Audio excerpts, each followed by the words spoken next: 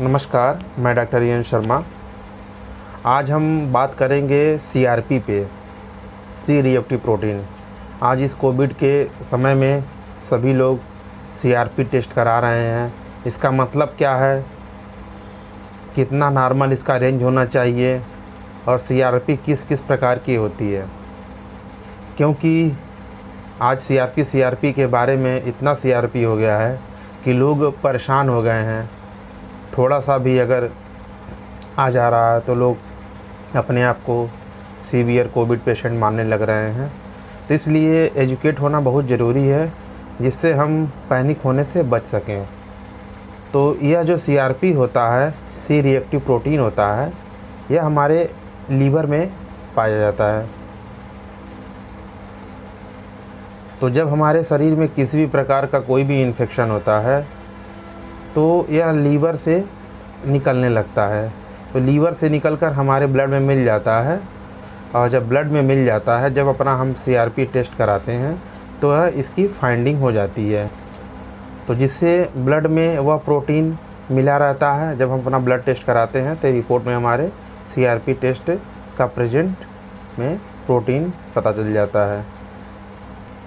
CRP test अगर हमको किसी प्रकार का इन्फ्लेमेशन होता है या बैक्टीरियल इन्फेक्शन होता है या वायरल इन्फेक्शन होता है तो हमारे लीवर से रिलीज होने लगता है। जब अपना टेस्ट कराते हैं तो इसको बताता है। यह हम हार्ट अटैक के भी सिम्टम्स को बता सकता है कि आपको हार्ट अटैक होने वाला है। सबसे महत्वपूर्ण चीज़ यह है कि आप लोग इस चीज़ को जान लें कि सीआरपी टेस्ट जो है किसी भी बीमारी के बारे में नहीं बताता है। सीआरपी टेस्ट किसी बीमारी के बारे में नहीं बताता, बस इससे केवल यही पता चलता है इन्फेक्शन के बारे में। इन्फेक्शन का लेवल क्या है, इन्फेक्शन कहाँ तक पहुँचा है। तो कई लोगों की रिपोर्ट्स आप देख रहे होंगे सीआरपी की, अगर तो उसकी किसी की वैल्यू ज़्यादा रहती है और उसका मिनिमम जो लेवल होता है वह करीब 5 के करीब होता है, और किसी सीआरपी का जो मिनिमम लेवल होता है 1 से नीचे होता है। इसमें आपको कन्फ्यूजन होता है, क्योंकि सीआरपी जो है को रिएक्टिव प्रोटीन टेस्ट वह 2 प्रकार का होता है। पहला तो होता है सीआरपी को रिएक्टिव प्रोटीन टेस्ट स्टैंडर्ड, और दूसरा होता है C reactive protein test high sensitivity. तो दोनों अलग अलग समस्याओं के लिए यूज किए जाते हैं, अलग अलग टेस्ट के लिए यूज किए जाते हैं। तो इसके लिए आप कंफ्यूज्ड ना हो। तो सबसे पहले हम बात करते हैं सीआरपी टेस्ट स्टैंडर्ड। तो इसका जो मेन यूज है इन्फ्लेमेशन और इन्फेक्शन के लिए यूज करते हैं। इसका जो नॉर्मल रेंज रहता है 5 मिलीग्राम पर लीटर। तो हम यहाँ पे जाने की नॉर्मल वैल्यू जो है सीआरपी की 5 होती है।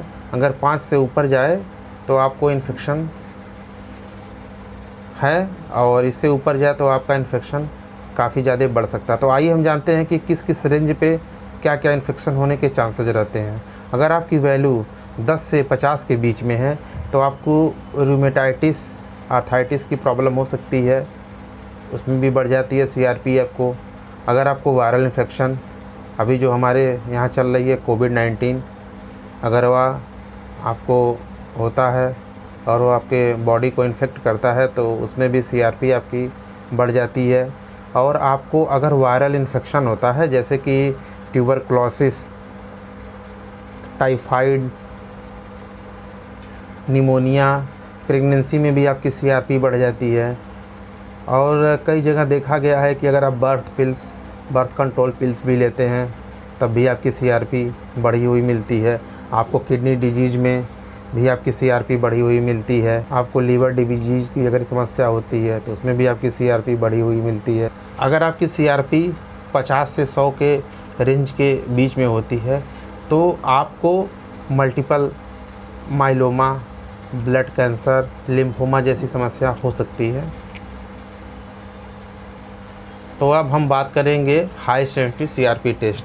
हाई सेंसिटिव जो सीआरपी टेस्ट होता है वह मेनली कार्डियोवैस्कुलर डिजीज़ को इंडिकेट करता है, जिससे हार्ट अटैक के रिस्क के बारे में पता चलता है। इसमें आपकी सीआरपी वैल्यू नॉर्मल 1 से कम होनी चाहिए 1 मिलीग्राम पर लीटर। अगर आपका CRP लेवल 1 से ऊपर है तो आपको लो रिस्क है। अगर आपका CRP लेवल 1 से 3 के बीच में है तो एवरेज रिस्क है। अगर आपका CRP लेवल 3 से ऊपर है तो आपको हाई रिस्क है कार्डियोवैस्कुलर डिजीज़ या हार्ट अटैक की। अगर आपका CRP लेवल 10 से ऊपर है तो आपको हार्ट अटैक की संभावना 80% से ऊपर है। तो इसलिए कंफ्यूज ना हो। सी रिएक्टिव प्रोटीन स्टैंडर्ड और high sensitive C reactive protein test में दोनों में बहुत अंतर है, क्योंकि दोनों की जो नॉर्मल रेंज है अलग अलग है। तो हमारे बहुत सारे लोग जो है कंफ्यूज्ड हो रहे हैं CRP की वैल्यू को लेके। तो आप इसको वीडियो को देखें और समझें और CRP की जो स्टैंडर्ड वैल्यू है उसके बारे में जानें। नमस्कार, मैं डॉक्टर एन शर्मा।